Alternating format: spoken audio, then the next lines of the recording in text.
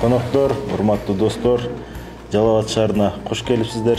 Мына февраль айында Акшар Токтогулович баштаган делегация биз сиздер менен барып, сиздердин меймандос экениңиздерди көрүп, шаар менен таанышып, шаардын кандай өндүрүштөрүн бар экенин көрүп, анан сиздер менен ошол Амкан шаары менен Жалал Абад шаарынын ортосундагы достук мамилени түзүү боюнча сунуш бергенбиз.